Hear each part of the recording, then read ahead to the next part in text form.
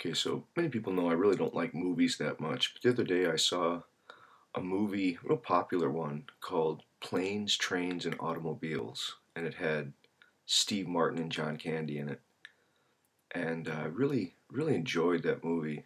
It was, again, sort of a cheesy, popular film, but in the movie, Steve Martin plays this kind of wealthy, successful, has a family and loving wife and kids sort of stuff, and he wants to get home for Thanksgiving, and everything's going wrong for him in his day by his standards. Just a lot of bad luck keeps happening, and he's getting stalled out.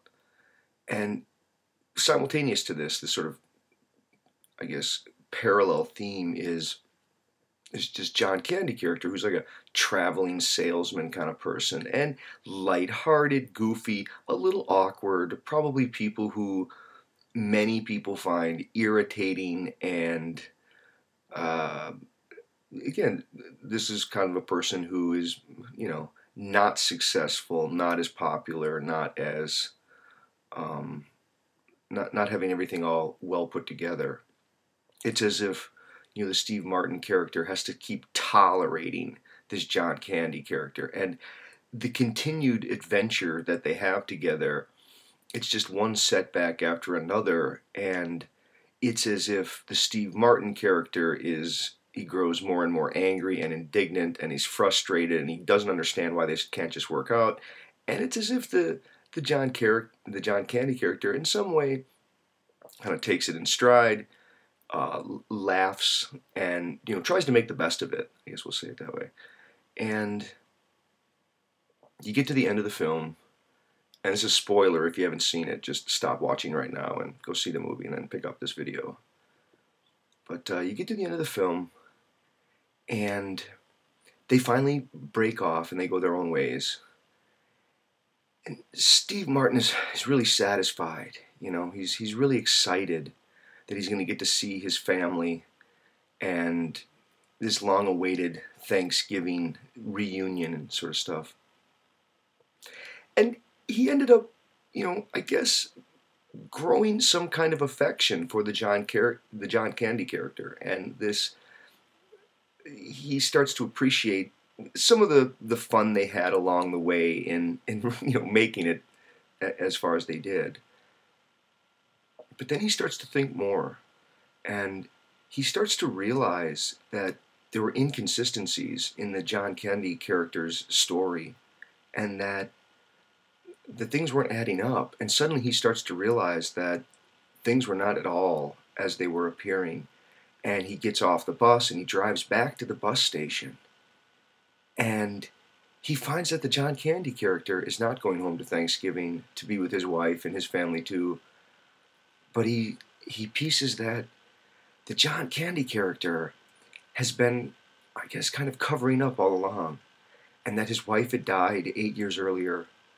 And he's kind of doing the stiff upper lip kind of stuff. And this is a movie that's intelligible to millions and millions of people. It's shown during the holiday season. I'm sure many people, they cry when they see it. It's like this profound revelation on how things aren't always as they seem, on how there are so many people who, on the surface of it, by their demeanor, by the way they talk, by the attitude, and sort of the way they carry themselves, you would never guess what's really going on in their lives.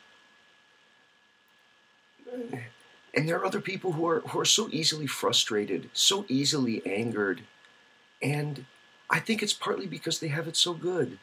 They have it so good that they just think, why can't it just be just perfect? It's so close to perfect. Why can't it just be that way? And the people who feel the distance and have lost love and have greatly suffered. They're not necessarily, I guess, openly sharing that with other people. I guess it's so apparent to them, it doesn't help them to share it with other people. Again, it's as if the intelligibility of this film, the fact that so many people are able to watch it and get the message and understand it, that to me was what was so fascinating. That there really does seem to be a sense in which the more that we have, the more that we expect, the more that we just presume we're entitled to it, and we get frustrated and angry when it's just not going our way. And so oftentimes, when we suffer deep loss, endure very real, alienating hardship and isolation and loneliness, it's almost like we're happy enough to just have the moments that are good or great when we can have them.